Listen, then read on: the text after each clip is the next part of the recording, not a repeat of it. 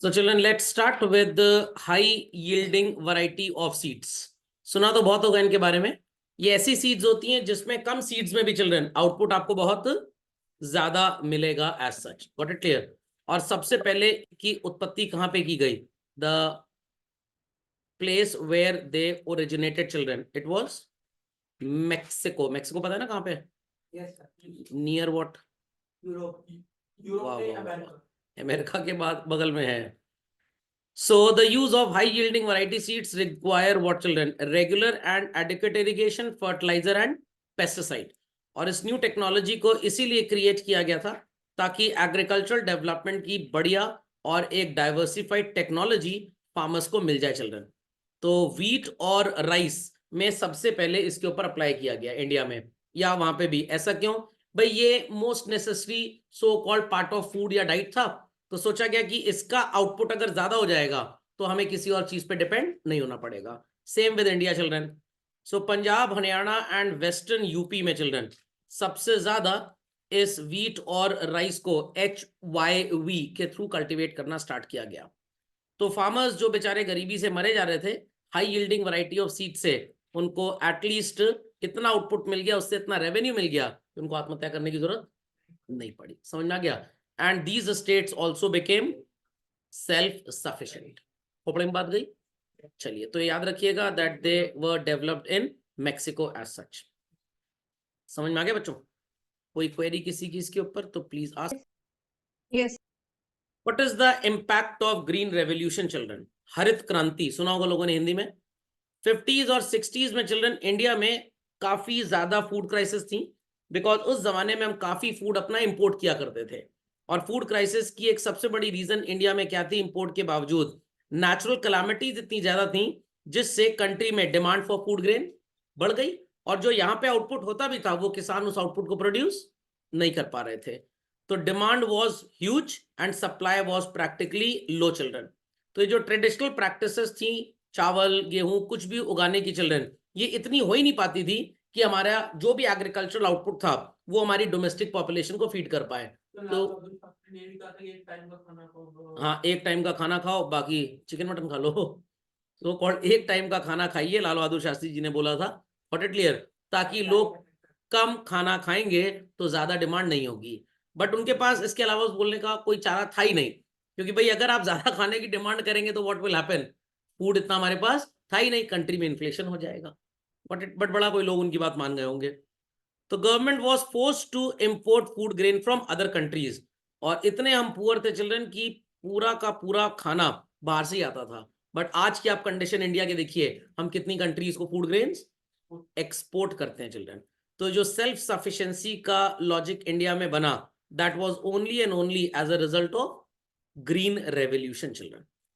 तो green revolution का मतलब समझ में आ गया कि फूड ग्रेन का production mainly rice and wheat, इसको बहुत ज्यादा इंक्रीज करना। और ये किसकी वजह से इंक्रीज हुआ? आंसर सिर्फ एक है children, that is HYV। New agriculture practices were introduced. और न्यू एग्रीकल्चर प्रैक्टिसेस में क्या था भाई?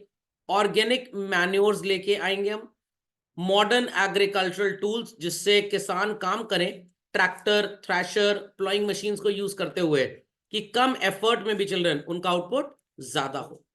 High yielding variety of seeds were used, ammonia chemical fertilizer, pesticides were being used. कीटनाशक बहुत यूज किए जाते थे, क्योंकि पहले क्या होता था, फसलों को कीड़ा बहुत लगता था, उस वजह से भी कितना क्रॉप डैमेज था। तो सोचा गया कि अगर कीटनाशक या पेस्टिसाइड्स छिड़क देंगे तो क्रॉप डैमेज उतना नहीं होगा। एक्सटेंसिव इरिगेशन, डैम्स वगैरह, सॉरी कनाल्स वगैरह का कंस्ट्रक्शन बहुत ज्यादा हुआ children, and good machinery for agricultural activities were introduced. इस पूरे पैकेज्ड प्रोग्राम का ही नाम चिल्ड्रन सो कॉल्ड, जिसमें सारी चीजें थी, हम ग्रीन रेवोल्यूशन या सीड फर्टिलाइजर वाटर टेक्नोलॉजी बोला करते थे। Understood what is the composition of green revolution children? All these 8 points are well understood. चलिए, thereafter some data जिसपे मार्क्स मिल जाए। 78 million hectares, around 55% of the total sown area was through green revolution children। Understood this? Yes. अब हैं what is called as इसके हमारे main effects children। सबसे पहला इफेक्ट आपको नजर आएगा, substantial increase in production of food grains. Please copy this point, substantial increase, तो इट्स अ पॉजिटिव पॉइंट, इसलिए मैं प्लस लगा रहा हूं। खैर नेगेटिव कुछ रहा ही नहीं होगा। Second children, India became self sufficient. So 82 millions का आउटपुट था 60-61 में, जो लगभग डबल हो गया in the year 1990-91 and 308 children. अगर 60-61 से आप कंपेयर करें तो अप्रोक्सीमेटली आप बोल सकते हैं कि 4 टाइम्स, लगभग 3.75 टाइम बढ़ गया इन द ईयर 2020-21। तो जितनी डिमांड बढ़ी उससे कहीं ज्यादा सप्लाई बढ़ गई, और जो भी सरप्लस मिला we use that surplus for what purpose? Export opportunity children. New technology की वजह से अल्टीमेटली आउटपुट हैज इंक्रीज्ड। तो third point could be introduction of new technology. इसमें एक चीज आप और एड अप कर सकते हैं children, skilled employment also increased. Why skilled employment? भाई ट्रैक्टर चलाना किसी अनपढ़ इंसान के बस की बात नहीं है, तो इसके लिए आपको स्किल पोजेस करनी पड़ेगी। तो it led to increase in skilled employment as such also children. Thereafter, children, 4 point significant increase in food grains production and productivity as a result of green revolution demonstrate कि India का agriculture upward rise कर रहा है। तो you can write the heading of this point, upward rise in domestic agro industry. Upward rise, और you can say upward move. Upward लिखे, rise लिखे, बात तो एक ही है, तो you can write upward move in domestic agricultural industry. Got it? Agriculture sector is no longer a stagnant sector. This has made agriculture sector a partner in economic development children. समझ में आ गई बात? तो पहले किसान को बड़ा गरीब, बेहाल, दीनहीन टाइप माना जाता था, but with the advent of green revolution उसका स्टेटस भी सोसाइटी में बढ़ गया। Got it? हाँ, थोड़ा सा ही बोल सकते हैं आप। चलिए, सो एक्सटेंसिव डिपेंडेंस, ये थोड़ा सा डीमेरिट पॉइंट है चिल्ड्रन। केमिकल्स और पेस्टिसाइड इतने ज्यादा हमने यूज किए, तो जो क्वालिटी ऑफ फूड ग्रेन है children, that quality has deteriorated basically. Got it clear? So land की फर्टिलिटी बढ़ाने के चक्कर में एनवायरनमेंट बहुत डैमेज हुआ। केमिकल कंटामिनेशन वाटर बेड में इतना आ गया कि जो आजकल बोरिंग का भी पानी आता है चिल्ड्रन, वो भी उतना अच्छा नहीं है। सॉइल इरोजन, सॉइल सैलिनिटी में फर्क हुआ, सॉइल कंटामिनेट हो गया। जेनेटिक इरोजन, कितनी स्पीशीज मर गए इसकी वजह से। तो ये एक बार मैंने प्रैक्टिकली एक्सपेरिमेंट ट्राई किया था। मेरे घर में गुलाब का पौधा लगा हुआ था, उसको कीड़ा खा जाता था। तो आज समबडी, तो उन्होंने कहा दवाई ले जाइए, पौधे में डाल दीजिएगा, कीड़ा मर जाएगा। कीड़ा तो मर गया, जो गुलाब इतना बड़ा निकलता था वो इतना बड़ा निकलने लग गया। तो अल्टीमेटली जो अर्थवर्म्स थे वो सॉइल की फर्टिलिटी को भी इंक्रीज करते थे, मैन्योर की तरह काम करते थे, और अब अर्थवर्म तो मर गए, तो मैन्योर भी खत्म हो गया। मैंने नहीं मारे, वो दवाई इतनी स्ट्रॉन्ग थी उससे मर गया वो। समझ में आ गया? तो ये एक नेगेटिव पॉइंट है। इतना ज्यादा हमने लैंड को फर्टाइल बनाने के लिए, आउटपुट बढ़ाने के लिए chemical, pesticide, insecticide, ammonia fertiliser, inorganic farming जिसको बोलते हैं, उस पे आ गए, तो जो क्वालिटी ऑफ सॉइल थी दैट हैज डैमेज्ड बेसिकली। समझ में आ गया? Agriculture diversification during post green revolution. So agriculture diversification सबको पता है क्या है चलन?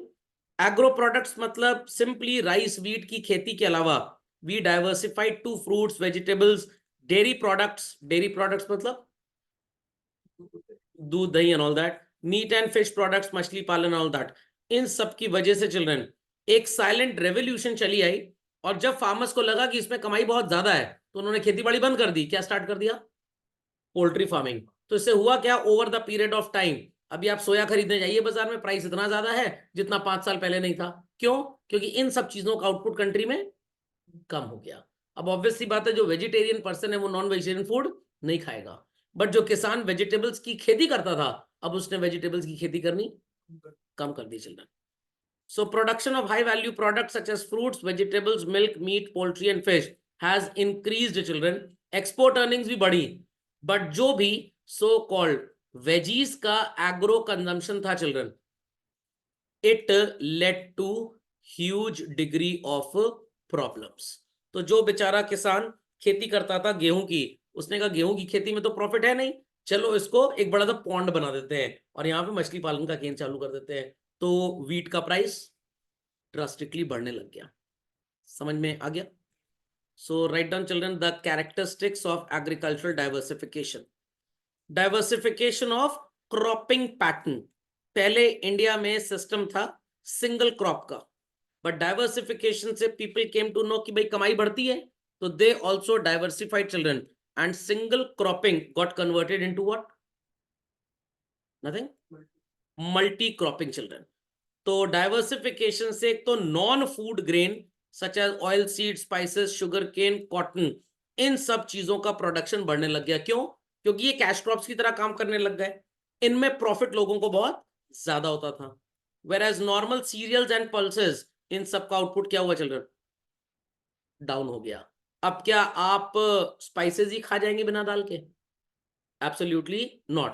तो अभी भी over the period of time अगर आप ध्यान दें अपने शहर से बाहर निकल के, काफी नए engineering colleges, MBA colleges open होते जा रहे हैं, और वो किस जमीन पे ओपन हो रहे हैं?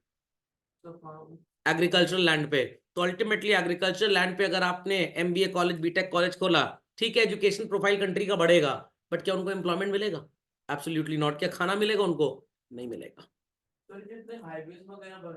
हाँ, उससे उतना ज्यादा इफेक्ट इसलिए नहीं पड़ता है क्योंकि हाईवे जनरली सो कॉल्ड जब बनाया जाता है तो वो उसी पर्टिकुलर रोड के ऊपर ही कंस्ट्रक्शन फ्लाईओवर्स का किया जा रहा है, तो वो कोई एडिशनल लैंड ऑक्यूपाई नहीं कर रहा। अभी एक नया हाईवे लगभग बन के रेडी होने वाला है, दिल्ली टू मुंबई कनेक्ट करेगा 1350 किलोमीटर, और लोग 12 से 13 घंटे में पहुंच जाएंगे। उसके अगल बगल की जमीन उन्होंने डिस्टर्ब एकदम नेग्लिजिबल की है। What it clear? फ्लाईओवर अगर ऊपर से जा भी रहा है तो नीचे खेती के लैंड अवेलेबल है। बट अगेन पॉल्यूशन का लेवल अब क्या होगा? तो आने वाले टाइम में अगर इलेक्ट्रिक व्हीकल ज्यादा चलने लग जाएंगी तो पॉल्यूशन नहीं होगा। एल्स अगर हाईवेज पे ट्रक्स वगैरह सीएनजी ऑपरेटेड या डीजल ऑपरेटेड चलेंगे तो क्या नीचे का लैंड उतना फर्टाइल रह जाएगा? नो। जो क्वालिटी क्या नहीं वो लेती है, बट एक लेवल तक ही एब्जॉर्ब कर पाएगा ना। भयंकर धुआं निकल रहा है ट्रक से, तो आपका जो खेत हाईवे के नीचे या फ्लाईओवर के नीचे बना वो पूरी तरह से बेकार हो जाएगा। हिमाचल प्रदेश में तो 100% ईवी कर दिया। हाँ, काफी स्टेट्स में हो जाएगा आने वाले टाइम में। So within the food grain crop there has been shift from coarse cereal. Coarse cereal क्या होता है पता है बच्चों? कोर्स सीरियल पता है क्या होता है? बाजरा, ज्वार एंड मेज, इन सब को मिला के मिलेट्स बनता है। तो अभी क्या हुआ कि भाई शिफ्ट हो गया, ठीक है, लोग ज्यादा वीट वगैरह खाने लग गए, तो एक नई साइंटिफिक रिसर्च आई जिससे पता लगा जो लोग आटे की रोटी ज्यादा खाते हैं उनको डायबिटीज हो रहा है। बट ये सेकंड इडियोसिटी है जो भी लोग बोलते हैं। इंडिया में डायबिटीज और हार्ट का प्रॉब्लम ये पूरी इंडियन रेस में है। क्यों? वास्तु के कॉन्सेप्ट के अकॉर्डिंगली चिल्ड्रन। ये बात मेरे को भी हफ्ते 10 दिन पहले ही पता लगी, तो I thought to share it with everybody. तो जैसे बोलते हैं ना कि भाई इंडिया में डायबिटीज का बड़ा प्रॉब्लम है, इंडिया में हार्ट अटैक से काफी मौतें होती हैं। क्यों? क्योंकि यहाँ का वास्तु कॉन्सेप्ट कुछ ऐसा ही है। समझ में आ गया? वो जैसे कहते हैं ना कि भाई जहां से सनराइज हो रहा है, अगर आपका सिर उस तरफ है सोते टाइम, तो आपके अंदर वो जो cosmic radiation and all that आते हैं, वो वास्तु आप पढ़ेंगे पूरा तो पता लगेगा। हाँ, कुछ ऐसा है ना। रेडिएशन हर जगह मिलता है प्रभु जी। व्हाट इट ये थोड़ा कि वो कोई यूरेनियम का रेडिएशन थोड़ा है, तो मंदिर भी। हाँ, तो ऐसा होता है। तो इस पूरा ह्यूमन रेस का कॉन्सेप्ट वास्तु के हिसाब से बिगड़ा हुआ है। What it clear? तो हम कितना भी कर लें बच्चों, कितना भी, यहाँ पे जो हार्ट बॉर्न डिजीजेज हैं वो कभी खत्म होंगी नहीं। आप मिनिमाइज कर सकते हैं, चलिए। What it clear? अब किसी को हार्ट अटैक से 65 साल में मरना है, थोड़ा भाई केयर एंड कंसर्न ले लेगा तो 70-75 तक चला जाएगा, मरेगा वो हार्ट अटैक से बेसिकली। व्हाट इट, वो पूरा ह्यूमन रेस का प्रॉब्लम है। अफ्रीका, समझ में आ गया? तो अगर हम साउथ अफ्रीका की बात करें तो वहां पे गोरे लोग होते हैं, बट नॉर्थ अफ्रीका में ऐसा नहीं है, वहां पे ब्लैक ज्यादा होते हैं। क्यों? वो रेस बेसिकली वैसी है। हाँ, कह तो हाँ, सॉरी सॉरी, नहीं, साउथ अफ्रीकन काफी गोरे होते हैं, क्रिकेट टीम आती थी साउथ अफ्रीका से। चलिए, अच्छा, अफ्रीका को भूल जाइए, वेस्ट इंडीज पे चले आइए। हाँ, वेस्ट इंडीज पे चले जाइए, वेस्ट इंडीज पे चले जाइए। Got it? या आप अगर और वो कॉन्गो बेसिन की टाइप चले जाएं तो उस तरह का वो पूरा रेस ही उस तरह का है। तो ये वास्तु का प्रॉब्लम है थोड़ा सा। ओके, तो इसीलिए अभी मोदी जी भी प्रमोट कर रहे हैं भाई, मिलेट्स फेस्टिवल वगैरह काफी हुआ। तो जो ज्वार बाजरा, इसको अगर आप ज्यादा कंज्यूम करेंगे चिल्ड्रन तो ये डाइजेशन के लिए अच्छा है। बट गेहूं से बना हुआ आटा या मैदा अगर कंज्यूम करेंगे तो आपकी वो लंग्स में, हाथों में चिपक जाता है, जिससे आपको डाइजेशन का प्रॉब्लम होता है and over the period of time, इसीलिए कहते हैं ना मैदा नहीं खाना चाहिए। पोटेट तो ये मोटा दाना होता है। तो इंडिया में पुराने गांव वगैरह में लोग आज भी दलिया वगैरह खाते हैं काफी ज्यादा, और जो लोग दलिया ज्यादा खाते हैं उनको जनरली प्रॉब्लम नहीं होती है। समझ में आया? कभी गैया को देखा है चीज वगैरह खाते हुए? गैया को देखा है कभी बर्गर खाते हुए? इसीलिए गैया स्वस्थ है। जहाँ से बनता है वही दूधी गैया देती है। हाँ। Diversification towards horticulture sector. अब हॉर्टिकल्चर कौन सा सेक्टर होता है भाई? Fruits crops, vegetable crops, flowers, spices and plantation, ये हॉर्टिकल्चर है चिल्ड्रन। अब किसान को क्या लग रहा है भाई मेरी कमाई इसमें सबसे ज्यादा है, तो चलो मैं इसी पे काम करता हूं। तो चाइना के बाद इंडिया इज द कंट्री जहां पे चिल्ड्रन इस सेक्टर में प्रॉफिट सबसे ज्यादा है। तो किसान जो पहले गेहूं की खेती करता था, चावल की खेती करता था, बाजरा ज्वार उगाता था, उसमें रेवेन्यू बहुत कम था। बट अगर उसने चिल्ड्रन कोई बढ़िया महंगा रोज उगा लिया, तो उतने ही पर्टिकुलर एरिया में एक रोज का पौधा लगा लिया और डेली 5 गुलाब उसमें खिलते हैं। एक गुलाब 5 रुपए का बेचता है, तो एक पौधा कितना रेवेन्यू देता है? 25 रुपए। और उसके पास ऐसे 100 पौधे हैं, तो डेली रेवेन्यू इज 2500। 30 डेज का रेवेन्यू कितना हो गया? 75,000। 12 महीने अगर हाइब्रिड खेती कर ली, 9 लाख रुपए का आउटपुट है चिल्ड्रन। जीरो टैक्स भी है, और मान लीजिए कल्टीवेशन पे 2 लाख लेबर की सैलरी में लग भी गया, कितना कमाया? 7 लाख। एक एवरेज एमबीए इंडिया में इतना नहीं कमाता जितना गुलाब की खेती करके लोग कमा लेंगे। अब अगर ये गेहूं उगाता तो इस साल का 2 लाख ना कमा पाता। तो भाई ये क्या डाइवर्सिफाई करेगा? गेहूं की जगह रोज ही उगाएगा। वाटरमेलन ये भी महंगे बिकते हैं। समझ गए बच्चों ये बात?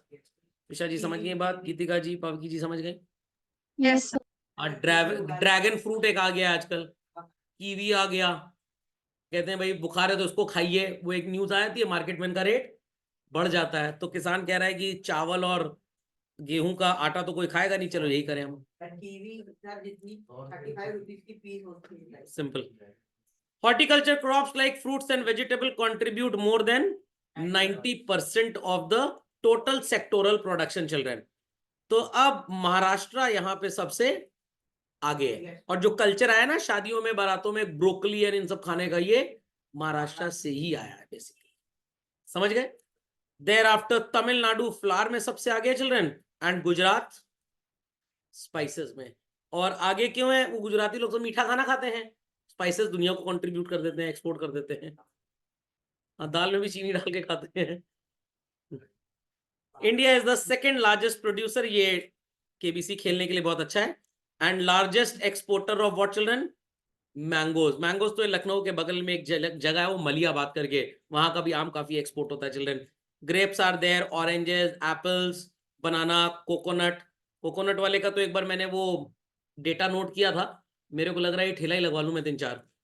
तो आज दिन की कितने का तुम कोकोनट खरीदते हो? कह रहे भैया 30 से 35 रुपीज का खरीदते हैं, and standard price is 50 to 60 रुपी। तो एक कोकोनट पे कितना कमाया? 15। तो मेरे को तरस है, मैंने बेचारा क्या बिजनेस करता होगा, मैंने ऐसे ही पूछा भाई दिन भर में कितना बेच देते हो? कह रहा है 150 से 200 कोकोनट्स आराम से बेच लेते हैं। तो 200 पीस अगर हर दिन बिकेगा बच्चों, तो कितनी कमाई हो गई? 3,000। मान लीजिए 3,000 ज्यादा है, 2,000 मान लेते हैं चिल्ड्रन। और पूरे 30 डेज में कोकोनट वाला कितना कमाएगा? 60,000। और 12 महीने में 7,20,000। और अगर अपने गांव से 4-5 भाई बहनों को बुलवा के ठेला लगवा दे, पूरे शहर में अगर 5 ठेले लग गए चिल्ड्रन, 35 लाख रुपए की कमाई है एक परिवार की। और गांव में तो खर्चा भी नहीं, कौन इनको पीवीआर आइनॉक्स जाना है, लेवाइस की जीन्स पहननी है।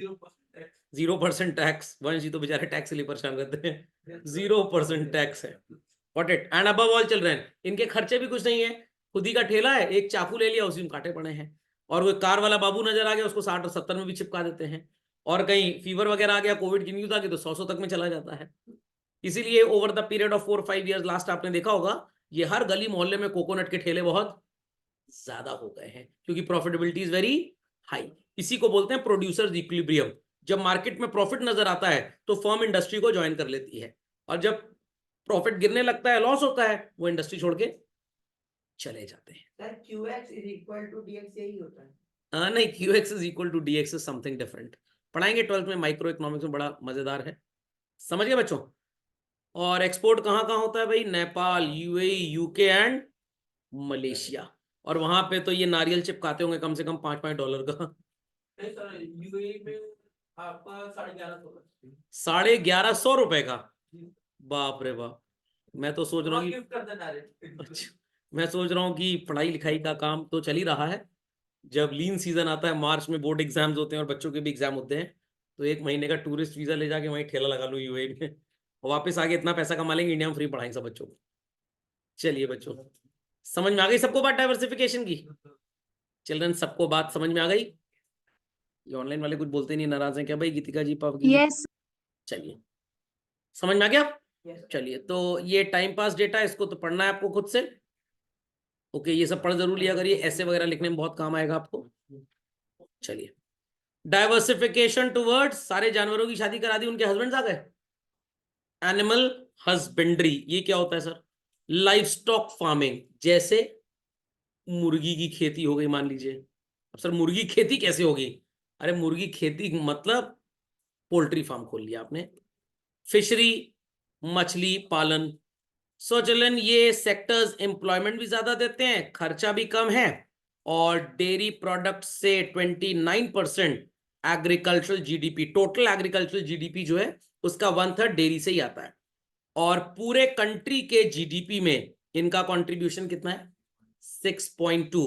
तो अगर आप 100 को 6.2 से डिवाइड कर दें बच्चों, तो आपका जवाब आएगा 16। मतलब एवरी 15th और 16% in India is involve in this activity. तो आपको नजर आता होगा भाई, वो बड़े बड़े शहरों में लोग कॉर्पोरेट सेक्टर में काम कर रहे हैं, but where do they invest their earnings? वो किसी गांव वगैरह में एग्रीकल्चरल लैंड खरीद लेते हैं, और किसी अपने गांव के रिश्तेदार को या लेबरर्स को हायर करके खेती बाड़ी करवाते हैं। 50% ऑफ द एग्रीकल्चर प्रोड्यूस वो उन्हीं को देते हैं, 50% वो मार्केट में बेच के खूब पैसा कमा लेते हैं। वॉट इट, काफी आईआईटीएंस ने, चिल्ड्रन मैं मजाक नहीं कर रहा हूं, आप गूगल करिएगा आपको पता लगेगा, मेनी फ्रॉम आईएम्स जो एमबीए कर लिए, आईआईटी से जिन्होंने इंजीनियरिंग कर ली, they do not go into corporate technical jobs, they are doing broccoli की खेती, दे आर ग्रोइंग मशरूम्स। कह रहे साल भर का 25-30 लाख इसी से मिल जा रहा है, और बढ़िया फार्म हाउस स्टाइल घर भी बन गया उनका वहीं पे, वहीं रह रहे हैं, लेबर को लगा के वहीं काम भी कर रहे हैं, फ्रेश ऑर्गेनिक फूड भी खा रहे हैं, लाइफ की लॉन्गेटिविटी बढ़ गई, मेडिकल का खर्चा कम हो गया, और साल का 25-30 लाख बढ़िया पैसा भी कमा रहे हैं। अंडरस्टैंडिंग और नॉट?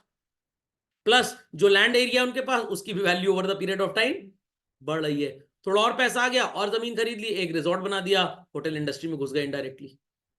ऐसा नियर बाय हरियाणा बहुत ढेर सारी जगह है। कभी आप दिल्ली से हरियाणा जाएं क्या?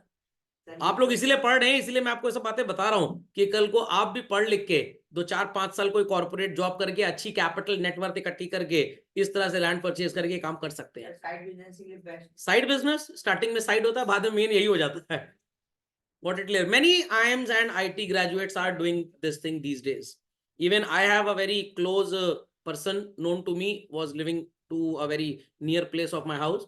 तो उसने इंजीनियरिंग किया, अभी जॉब कर रहा है, और 200-250 एकड़ और बीघा कुछ ऐसा ही था, उसने अपने गांव में लैंड खरीद लिया है।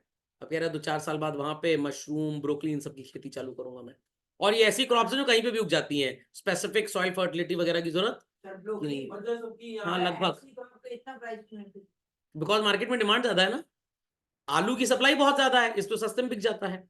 ब्रोकली की डिमांड बहुत ज्यादा है, सप्लाई कंपैरेटिवली कम है। स्पेशल टेक्नोलॉजी चाहिए उसको ग्रो करने के लिए। हाँ स्पेशल, जैसे वो बैग्स होते हैं, ग्रो बैग, मशरूम उसके अंदर उगता है, तो काफी स्किल्ड वर्कर चाहिए आपको। अब मशरूम का एक डिब्बा आप लेने चले 30-40 रुपए का मिलता है, ठीक है, आलू पूरा 1 किलो मिल जाएगा, तो 1 किलो आलू आप 40 रुपए का घर में खरीद के लाए, 4 दिन बनाइए, मशरूम 40 रुपए का एक ही दिन में खप जाएगा, तो उसकी डिमांड की वजह से उसका प्राइस ज्यादा है। कॉस्ट ऑफ कल्टिवेशन मशरूम की कितनी आती होगी? एक बॉक्स मशरूम मुश्किल से 5 रुपए का भी निकलता होगा, but because demand is high तो महंगा बिकता है। बेबी कॉर्न, कुपोषित भुट्टा, समझ में आ गया? आप रेस्टोरेंट में चले जाइए तो आपको 150, 200, 250 रुपए की उसकी डिश मिलती है फ्राइड। सोचिए 350 मंगवाया है, तो यही आप खेती कर लो, 3 रुपए का सामान 350 का आपने खरीद लिया। So livestock farming has become an important secondary source of income for millions of rural families. और अगेन, अब वो आईआईटी ग्रेजुएट को थोड़ा खेती करेगा, वो गांव के ही किसानों से बात करेगा कि भाई हम आपको ही फार्मिंग एज अ लेबर रख रहे हैं और हम आपको ज्यादा पैसे देंगे। आप वीट के खेत में काम करते हो, राइस के खेत में काम करते हो, 500 डेली मिलता है, मैं 800 डेली दूंगा आपको। समझ में आ गया? अब उनका भी फायदा हो रहा है, उनकी फैमिली इनकम बढ़ रही है। गेटिंग इट और नॉट? प्लस वो जानते हैं कि कीड़ा लग गया तो कौन सी दवाई कहां से मिलेगी, तो आईआईटीएन के पास दिमाग है कि इसकी डिमांड कहां पे ज्यादा है, मैं उसको कंट्री में एक्सपोर्ट करूंगा। तो किसान के पास एक्सपोर्ट ब्रेन नहीं है, ग्रोइंग ब्रेन है। ITN के पास एक्सपोर्ट ब्रेन है, ग्रोइंग ब्रेन नहीं है, तो ग्रोइंग ब्रेन और एक्सपोर्ट ब्रेन मिल गया तो बिजनेस बढ़िया हो गया. Got it? So combined with crop farming by rural families, their income has increased. Khopde में बात गई बच्चों, खोपड़े में बात गई. चलिए, तो 70 million rural households, around 3.7% in India children आजकल इसी में लगे हुए हैं. अमूल का नाम सुना है बच्चों? सिर्फ आइडिया था डॉक्टर वर्गीशे कुरीन जी का, जो जाने जाते हैं the father of white revolution. Even New Zealand वगैरह में मिल्क कोऑपरेटिव्स चल रहे हैं जो उन्होंने इस्टेब्लिश किए हैं. इलाहाबाद में there is university of Allahabad, जो सेंट्रल यूनिवर्सिटी बनी थी 2004-6 के बीच में. He was the first chancellor of that university. अब उनकी डेथ हो गई है. तो इन्होंने गुजरात में लोगों को समझाया कि भाई जितने कैटल्स, काउस, बफेलोज आपके पास हैं, आप मिल्क तो प्रोसेस करते हो, एक्सट्रैक्ट करते हो, बट स्टोरेज की फैसिलिटी नहीं है आपके पास. आपके पास उसको प्रोसेस करने की फैसिलिटी नहीं है, और कितना मिल्क आपका बेकार हो जाता है. आप हमको लाके दीजिए, हम उसको प्रोसेस करके दूर तक बेचेंगे. तो एक कोऑपरेटिव सोसाइटी खोली गई in the name of Anand milk union.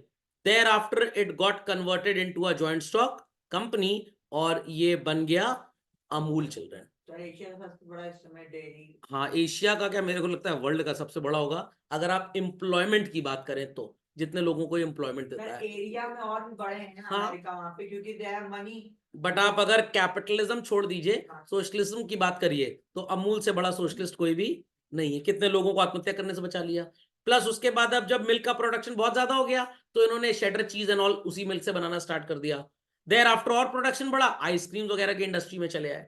और कोई भरोसा नहीं कि आने वाले टाइम में कोई कैफेटेरियाज, बड़ी सी रेस्टोरेंट की एक चेन खोल लें, जिससे एम्प्लॉयमेंट बढ़ जाएगा. Again base is agro, non agro, diversified children. Data रट लीजिएगा. व्हाइट रेवोल्यूशन का जिक्र मैंने किया था, यहां पे आ गया. वर्गीशे कुरीन का नाम लिख के ग्रीन या येलो या रेड या ब्लू हाइलाइटर से उसको हाईलाइट कर दीजिएगा, तो टीचर विल अंडरस्टैंड कि आप पढ़ के आए हैं. Okay. So livestock farming in country faces problems with what children? Poor quality of livestock and low productivity. But again government ने मेजर्स तो बनाए हैं, बट कुछ मेजर्स काम के हैं, कुछ बकवास हैं. तो फिशरीज भी आजकल बहुत चल रहा है. बट यहाँ पे ना गांव वाले बड़े खतरनाक होते हैं. अगर आपकी गांव में किसी से लड़ाई हो गई, तो आपके तालाब में जहर फेंक देंगे जाके, और सारी मछलियां मर जाएंगी. तो ये सब भी देखना है इसमें. अब ये जहर वाला एग्जाम्पल कहाँ से आया? Years ago I had a student, he stopped doing classes after 4-5 months. 2 महीने बाद फिर चला आया. तो मैंने कहाँ गायब थे? तो उसने ये स्टोरी सुनाई थी कि सर हमारे दादाजी की फिशरीज हैं गाँव में, तो लड़ाई झगड़ा हुआ तो बाकी गाँव वालों ने जहर डाल दिया था. तो सर लॉस इतना ज्यादा था, तो जो कॉन्ट्रैक्ट्स हमने किए हुए थे उनको पूरा करने के लिए हमें कहीं और से परचेज करके डिलीवर करना पड़ा. तो इसलिए मैं 1-2 महीने आपकी क्लास नहीं कर पाया. What it. So Kerala, Maharashtra, Gujarat, Tamil Nadu, ये ऐसे एरियाज हैं चिल्ड्रन जिनके जो बॉर्डर्स हैं they are connected with water bodies basically, इसलिए यहां पे मछली पालन का काम ज्यादा है. Got it. 28 million people in the year 2020-21 earned their livelihood children. पूरे जीडीपी का 1% एंड एग्रीकल्चरल जीडीपी का 7.5% कंट्रीब्यूशन है चिल्ड्रन. Got it.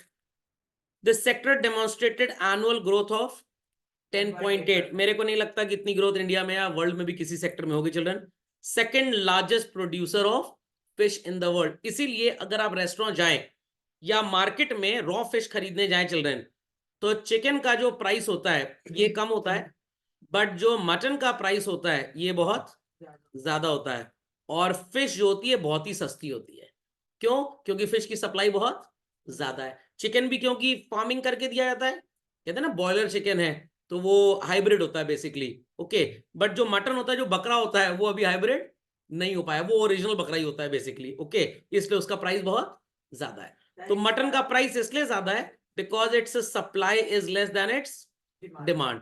और फिश का प्राइस इसीलिए कम है because it's supply is much more. आपको 50-100 रुपए किलो में फिश मिल जाएगी, बट चिकन मटन नहीं मिलेगा. एक सर्वे था कि 75% of the cities use the fish for the production and uses from their own river banks, यानी कि कहीं सप्लाई की जरूरत ही नहीं है फिश में. 75%. और ये जो वहां पे जो लोग रहते हैं वाटर बॉडी से बगल में, जैसे केरला एंड ऑल दैट, तो उनका तो मेन स्टेपल फूड का सोर्स ही यही है, इसलिए मरते भी नहीं है. और फिर जैसे फॉर एग्जांपल प्रयागराज है, उसमें जितने होटल्स हैं वो ज्यादातर कनेक्ट करेंगे यमुना. हाँ, वो वहीं से खरीद लेते हैं fish basically. Yes yes yes. पैसा वो उसी में बहुत ज्यादा कमाते हैं क्योंकि प्राइस तो सेम होता है डिश का, what it clear, but cost उनकी कम होती है। ओके, सर कोई स्टैंडर्डाइज चैनल भी नहीं है throughout the सिंपल। country। और प्लस अगेन वंश जी अभी बोलेंगे थोड़ी देर में टैक्स नहीं देना, ठीक है। डिपार्टमेंट ऑफ फिशरीज बना दिया गया 2019 में चिल्ड्रन। तो क्यों बनाया गया? बिकॉज इनकी जो प्रोडक्टिविटी थी दैट वाज लो। यहां पे किसानों की एक सबसे बड़ी प्रॉब्लम थी children, hurricane, tsunamis and all that, जिसकी वजह से ये भी अगेन फिश को बहुत ज्यादा प्रिजर्व करके नहीं रख पाते थे। Got it? तो इनको भी अपग्रेड करने के लिए गवर्नमेंट ने इनका लिटरेसी लेवल बढ़ाया। और अगर आपने वो मूवी देखी हो जिसमें शाहिद कपूर गूंगे का रोल करता है, करीना कपूर गूंगी बनी थी, सुनील शेट्टी की बहन बनी थी, वो कौन सी मूवी थी? चुपके चुपके या चोरी चोरी चुपके चुपके, छुप छुप के, ऐसी कोई मूवी थी ना। शाहिद कपूर जिसमें वो कपड़े धोता है, कह रहा है मैं कपड़ा धोना सिखा दूंगा, गूंगा की एक्टिंग करता था लाइक वाइज, वेरी गुड। तो परेश रावल ने उसको गिरवी रख दिया था ओमपुरी के पास, तो वो मूवी जरूर देख लीजिएगा।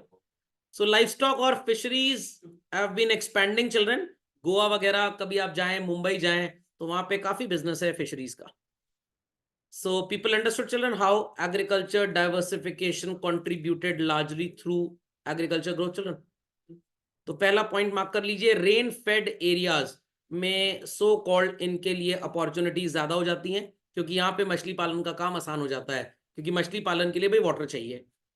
तो southern and western regions contribute more because they are well connected with water bodies. Southern and western जानते हैं ना चलो, what it clear, north, south, east and west. तो हमारे ईस्ट में तो पाकिस्तान ज्यादा है, what it clear.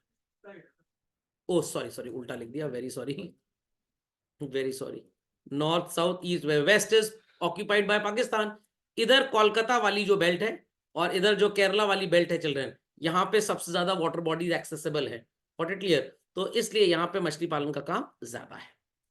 Agriculture diversification में लार्ज एम्प्लॉयमेंट कहां से आता है? फिशरीज से तो आता ही आता है। फ्रूट्स, वेजिटेबल, डेयरी प्रोडक्ट्स का जब भी नाम आए तो एग्जाम्पल में अमूल जरूर लिख के आइएगा। स्मॉल लैंड होल्डर्स, खेती तो चावल की नहीं हो सकती छोटी जमीन पे, ना गेहूं ज्यादा उग सकती है। तो फार्मर ने सोचा कि अगर मैं राइस की खेती करूं शायद मेरे को 20,000 रुपए एनुअली आउटपुट मिले। वीट की खेती करूंगा तो मान लो 50,000। बट अगर फिशरीज या कोई अलाइड डाइवर्सिफाइड काम करूं तो 3 लाख रुपए कमा सकता हूं। What the farmer would do? Fisheries का काम चालू कर देगा ये। समझ में आ गया बच्चों? Put the next heading, organic farming. Organic farming का मतलब क्या है? ह्यूमन ऑर्गन्स की फार्मिंग करना? No no no no no.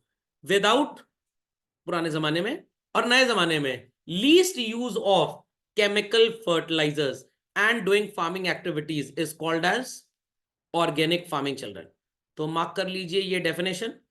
Method of farming that relies on technique such as crop rotation, first children, green manure, second, compost, third. अब आप अपने घर में भी कॉम्पोस्ट तैयार कर सकते हैं। केले का छिलका निकलता है, ऑरेंज का छिलका निकलता है बच्चों, पोटैटो पील निकलता है। एक पॉलिथिन में इकट्ठा कर लीजिए, थोड़ा इकट्ठा हो जाए तो घर में एक गमला ले लीजिए, थोड़ी सी मिट्टी खाद डाल के उसको भी डाल दीजिए, कुछ समय बाद वो सड़ के अच्छी खाद बन जाएगा, कॉम्पोस्ट। बायोलॉजिकल पेस्ट कंट्रोल, ज्यादा कीटनाशक डालेंगे तो कीड़ा तो नहीं लगेगा पौधे में, बट गुलाब का फूल भी छोटा सा ही पैदा होगा। तो ऐसा पेस्ट कंट्रोल करें जिससे ज्यादा नुकसान सॉइल की प्रोडक्टिविटी या फर्टिलिटी को ना हो। To maintain soil fertility and control pests on the farm. तो मार्क दीज 6 पॉइंट्स चिल्ड्रन। ये 6 पॉइंट्स आपको याद रखने होंगे whensoever you write the definition of organic farming. Okay, all 6 points लीजिए। चलिए, so organic farming does not depend upon the use of manufactured fertilizer। manufactured fertilizer क्यों नुकसान करता है? क्योंकि उसके अंदर क्या होता है चिल्ड्रन? अमोनिया होता है, जो हेयर डाई में भी होता है। जो लोग हेयर डाई ज्यादा यूज करते हैं उनके बाल ज्यादा तेजी से व्हाइट होते हैं। और लोग कहते हैं ना अमोनिया फ्री हेयर डाई है, ये झूठ बोलते हैं। बिकॉज जब तक कलर क्रिएशन होगा वो तभी होगा जब उसके अंदर अमोनिया होगा। बिना अमोनिया के कलर क्रिएट होगा ही नहीं बेसिकली। क्या? इम्प्लिसिट कॉस्ट, ऐसी कॉस्ट जो आपको खर्च नहीं करनी पड़ती। यहां पे कहां पे आ गई? helps in increase sustainable agriculture। ये कहां पे लिखा है?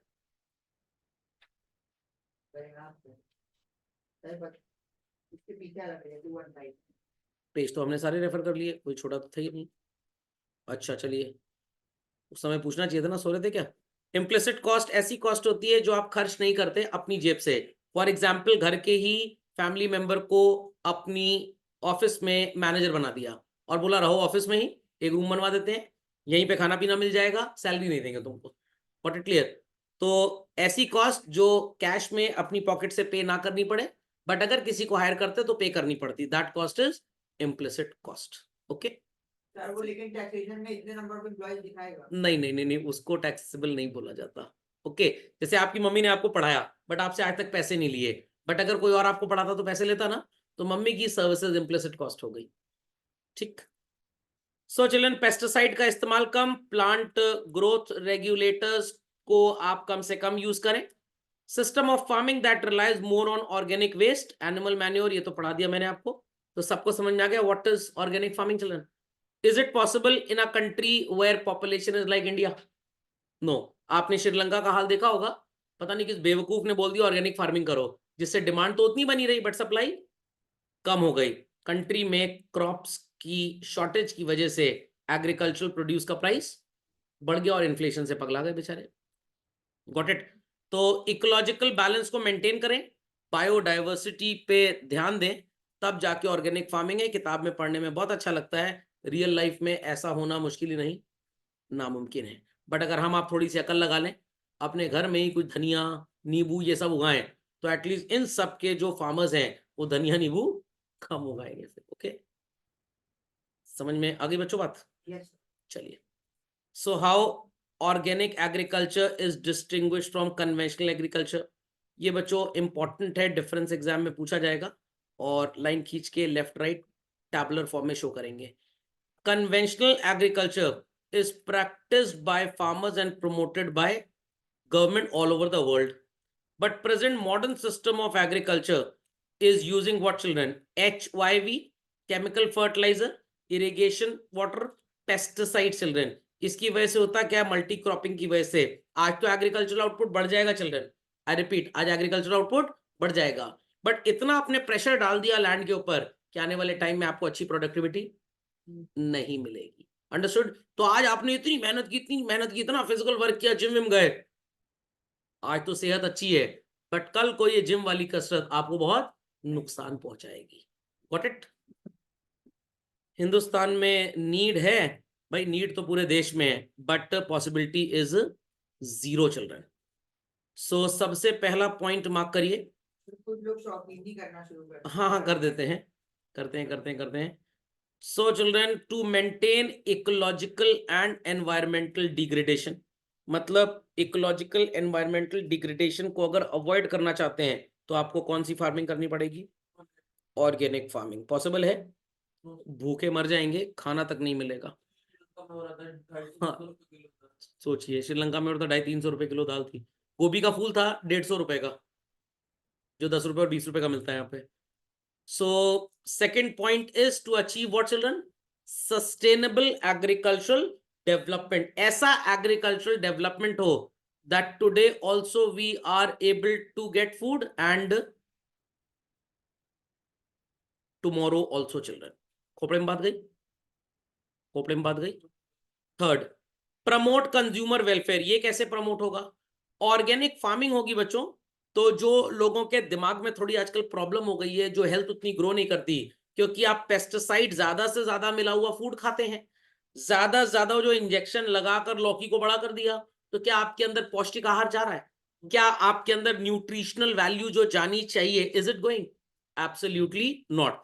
तो आज हमको जो खाना मिल भी रहा है उसके अंदर बहुत ज्यादा प्रोटीन वैल्यू, न्यूट्रिशन वैल्यू उतनी है ही नहीं। तो पेट भरने के लिए तो खाना खा रहे हैं। आपने देखा होगा मेजॉरिटी आजकल के बच्चे काफी हैपट होते जा रहे हैं। क्यों होते जा रहे हैं? उसका रीजन है junk food, Chinese food, fast food ज्यादा खा रहे हैं, क्योंकि उसमें ज्यादा क्या इन्वॉल्व होता है? मैदा ज्यादा इन्वॉल्व होता है। Got it clear? और अगेन, अगर सही वाला भी खाना खा रहे हैं, मान लीजिए मैदा नहीं भी खा रहे, बाजरा भी खा रहे हैं, इज इट नेसेसरी उस बाजरे की खेती ऑर्गेनिक फार्म पे हुई है? Not at all. टोमेटो की खेती ऑर्गेनिक फार्म में हुई है? Not at all. पोटैटो की खेती ऑर्गेनिक फार्म में हुई है? Not at all. इन सब में इतना ज्यादा कीटनाशक छिड़का जा रहा है कि आपको अच्छी क्वालिटी ऑफ फूड मिलेगा ही नहीं। आपके दादाजी की उम्र होगी 70 साल, शायद वो चश्मा नहीं लगाते होंगे, बट आप 15 साल की उम्र में ही चश्मा लगाने लग गए। क्यों? क्योंकि जो खाना पीना आपको मिल रहा है वो केमिकली दुरुस्त है। समझ में आया? समझ में आया बच्चों? सो गए क्या भाई? चलिए, Yes, sir. Yes. What are the benefit children? पहला बेनिफिट क्या है? हाँ, एनवायरमेंट प्रोटेक्ट होगा, लोग भूखे मरेंगे। Protection of healthy and provision of healthy and nutritional food. Healthy भी होगा, न्यूट्रिशनल भी होगा, टेस्टी भी होगा। मिलेगा ही नहीं, मिलेगा ही नहीं प्रैक्टिकली। तो खाना होगा तो बहुत अच्छा, बट मिलेगा ही नहीं। अभी कुछ दिन पहले मेरा एक फ्रेंड है, तो उसके घर में नींबू उगा, काफी ठीक ठाक साइज था नींबू का। उस नींबू को हमने काट के फ्रिज में रख दिया और 1 हफ्ते बाद भी चल रहे हैं, वो सूखा नहीं पड़ा। बट बाजार से जो खरीद के लाए थे वो 3 दिन बाद ही सूख गया, डिफरेंस ऑफ केमिकल की वजह से। Got it clear? समझ में आ गया? तो हाई न्यूट्रिशनल वैल्यू तो है, बस दिखाने को है। सॉइल में जब पेस्टिफिकेशन और क्या कहते हैं उसको, अमोनिया फर्टिलाइजर कम यूज होगा, तो सॉइल की फर्टिलिटी भी बनी रहेगी लॉन्ग टर्म। बट अगर अमोनिया फर्टिलाइजर यूज कर लिया, आज तो आउटपुट भयंकर दे देगा, बट 5 साल बाद जमीन पूरी बंजर हो जाएगी। तो जैसे कहते हैं ना कि नई कार और बाइक अगर आपने खरीदी तो 500-1000 किलोमीटर तक बहुत ओवर स्पीड ना करें तो उसका इंजन 10 साल चल जाएगा। बट स्टार्टिंग में अगर आपने ओवर स्पीडिंग कर ली तो आज तो आप जल्दी पहुंच गए अपने डेस्टिनेशन पे, 4 साल बाद आपकी बाइक और कार काम करने लायक रहेगी ही नहीं। ओके, समझ में आ गया? Increase in employment opportunities. मेरे को तो लग रहा है कि एम्प्लॉयमेंट अपॉर्चुनिटी आज तो चलिए भाई इंक्रीज हो गई, क्योंकि ऑर्गेनिक फार्मिंग में पैदावार बढ़ाने के लिए दूर दूर तक आपको ऑर्गेनिक जो मैन्योर है छिड़कना पड़ेगा। समझना क्या? लोग ज्यादा चाहिए, एम्प्लॉयमेंट गोज अप। अगर अमोनिया रिलेटेड मैन्योर है, अमोनिया फर्टिलाइजर है, तो भाई थोड़े से एरिया में ही ज्यादा आउटपुट हो जाएगा, एम्प्लॉयमेंट इज लेस। बट आने वाले टाइम में क्या होगा? Is it good for future? No. तो ऑर्गेनिक फार्मिंग के मैं बिल्कुल अगेंस्ट नहीं हूं, मैं ग्रीन रेवोल्यूशन के साथ ही चल रहा हूं। बट ऑर्गेनिक फार्मिंग तभी पॉसिबल है in a country like India children, जहां पे हम कंट्रोल कर पाए अपनी पॉपुलेशन।